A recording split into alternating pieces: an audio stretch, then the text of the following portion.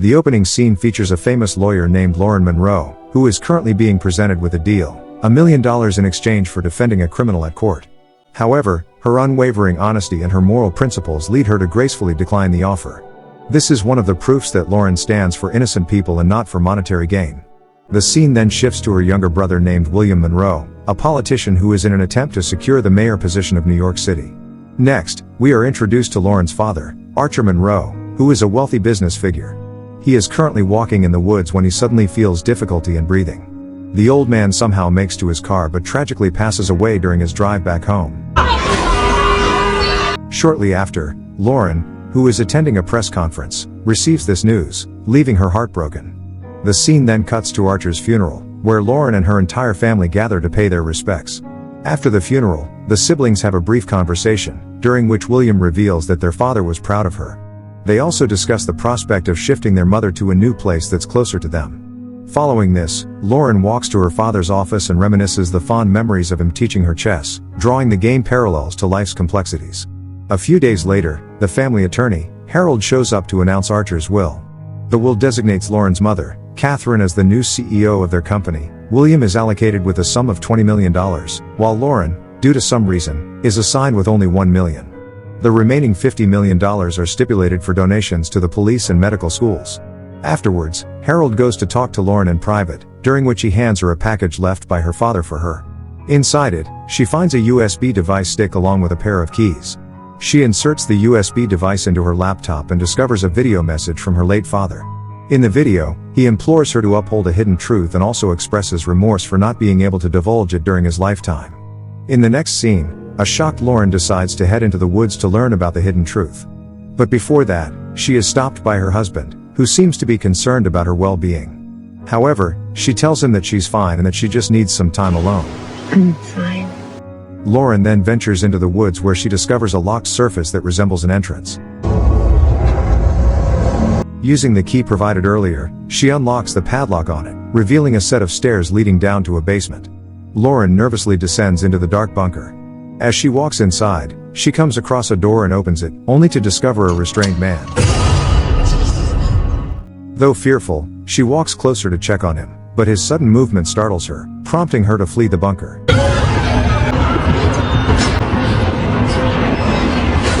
Back at home, Lauren contemplates calling 911 for help, but her brother intervenes just in time. He empathizes with her over the unequal distribution of money from their father's will and offers to share his portion. However, Lauren declines, asserting that money isn't a priority for her. Later that evening, Lauren gazes at a childhood photo of herself with her father and reflects on a past argument she had with him.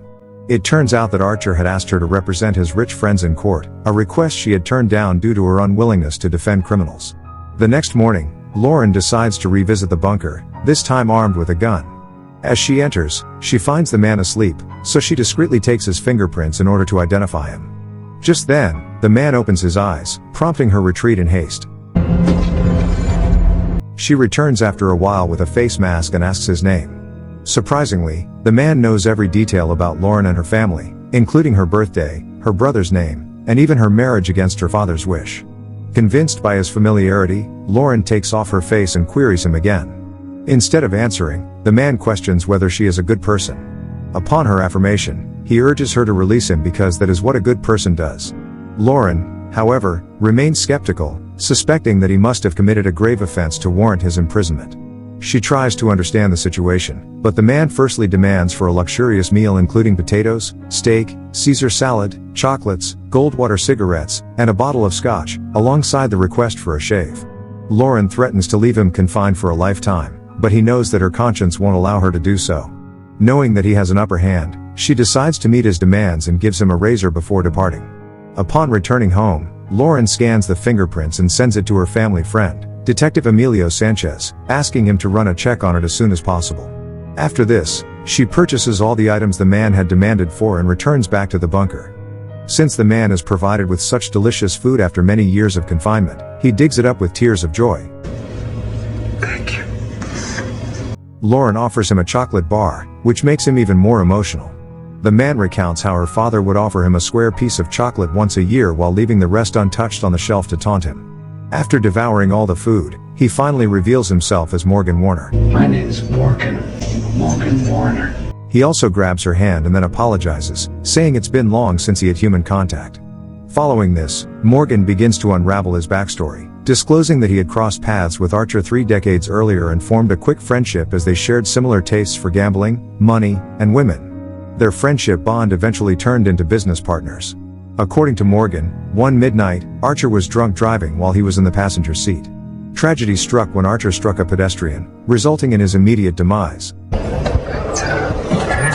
Morgan wanted to call the police, but Archer insisted on disposing of the body, believing that it was an accident.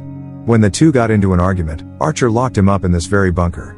I begged him to. Days turned into weeks, then months, then so much time had gone by he couldn't bring himself to let me go. Additionally, Morgan discloses Archer's affair with a woman named Sophia, who had everything that Catherine lacked. As a result of this, Archer used to refer to her as his Gypsy Rose.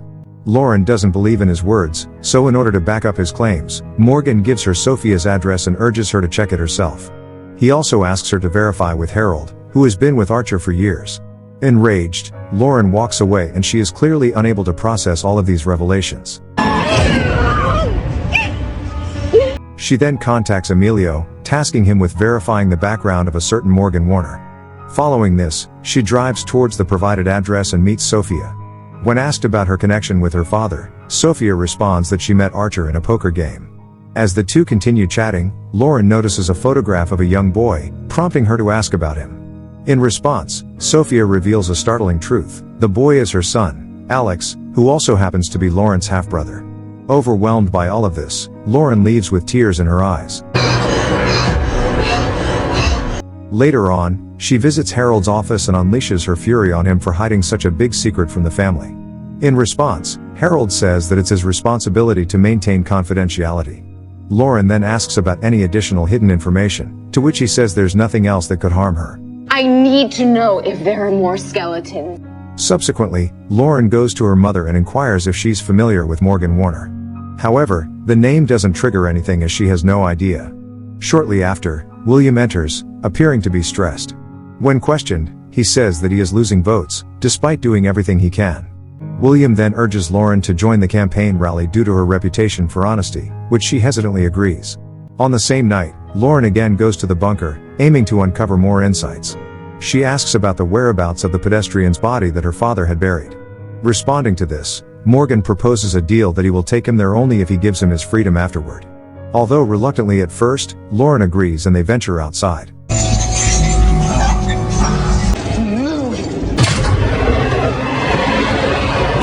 In the next scene, Lauren follows Morgan's directions and drives towards the woods. After a while, they come across the burial site and she immediately starts digging. Her fears are soon confirmed when she unearths a human skull, validating Morgan's claims. Overwhelmed, Lauren reburies the remains and returns him to the bunker. She then orders him to don his metal collar back, but he begs her not to betray him. Morgan also voices his own suffering, recounting that he was unable to attend his mother's funeral due to his confinement. He begs her to let him spend his remaining years in peace, vowing to disappear from their lives without causing any harm. But despite his heartfelt explanation, Lauren, who isn't sure about anything, apologizes and departs. I'm sorry. Sorry. Afterwards, she calls the detective to ask if he got any information regarding Morgan Warner, but the latter says that it might take a few more days. The following day, Lauren visits her brother's office, seeking guidance and pretending that it's for her court case. She presents a hypothetical scenario, asking what he would do to someone who possesses all the secrets and also poses a threat. In response, William offers two options: disposing of the person's body in a river or paying the threat to disappear forever. And you know what Dad would have done? I'd either pay him off or dump his body in the river. After careful consideration, Lauren heads back to the bunker with a bag and makes Morgan promise that he'll vanish forever. Once he does, she instructs him to prepare for his departure, assuring that he'll be freed that night.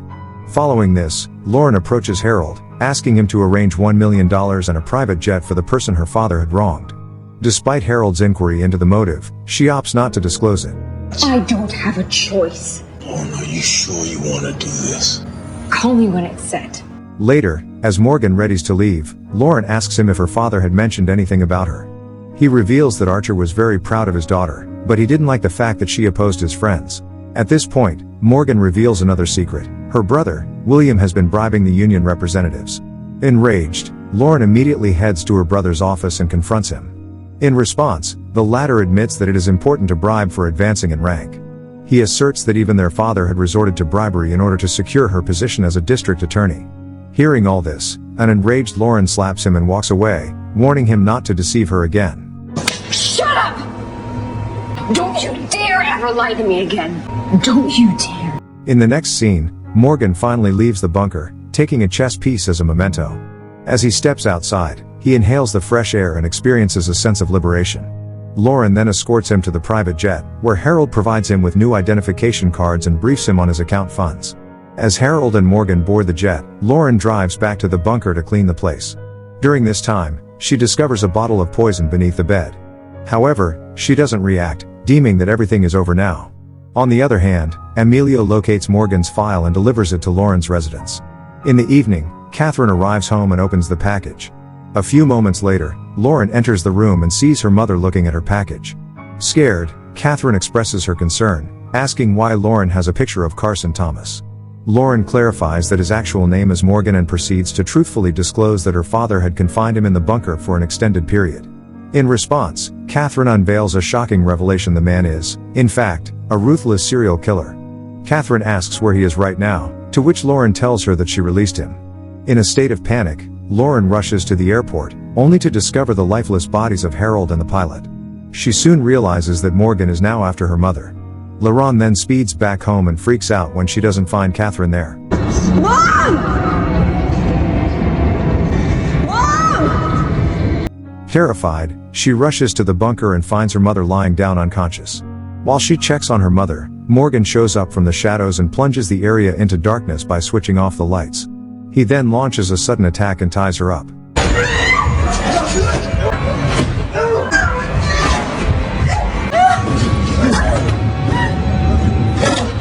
Upon regaining consciousness, Morgan discloses the actual truth that he was the one to administer the poison on her father that ultimately claimed his life.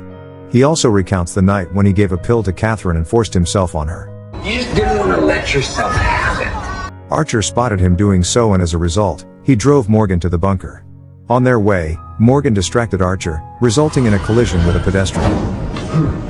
Further revelations indicate that Morgan was the one who buried the body, despite Archer's objections. When Morgan opted to pin the entire blame on Archer, the latter retaliated by physically subduing him and confining him to the bunker.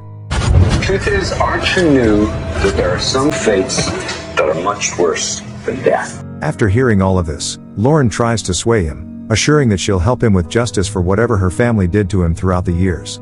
However, Morgan asserts that he just wants revenge, expressing his desire to make them endure the same misery he suffered for 3 decades. He also unveils his strategy to destroy the family's reputation by exploiting the secrets he holds regarding each and every member. In a dramatic twist, he finally reveals himself to be Lauren's biological father, leaving her stunned. As all of this is happening, Catherine, who has come back to her senses, grabs the gun from the ground and shoots him in the head, ultimately killing him. The movie ends as the mother and daughter douse the bunker with gasoline and burn it down. And the movie ends. Make sure to subscribe and don't forget to turn on notifications so you can watch more videos like this. Thank you for watching and see you next time.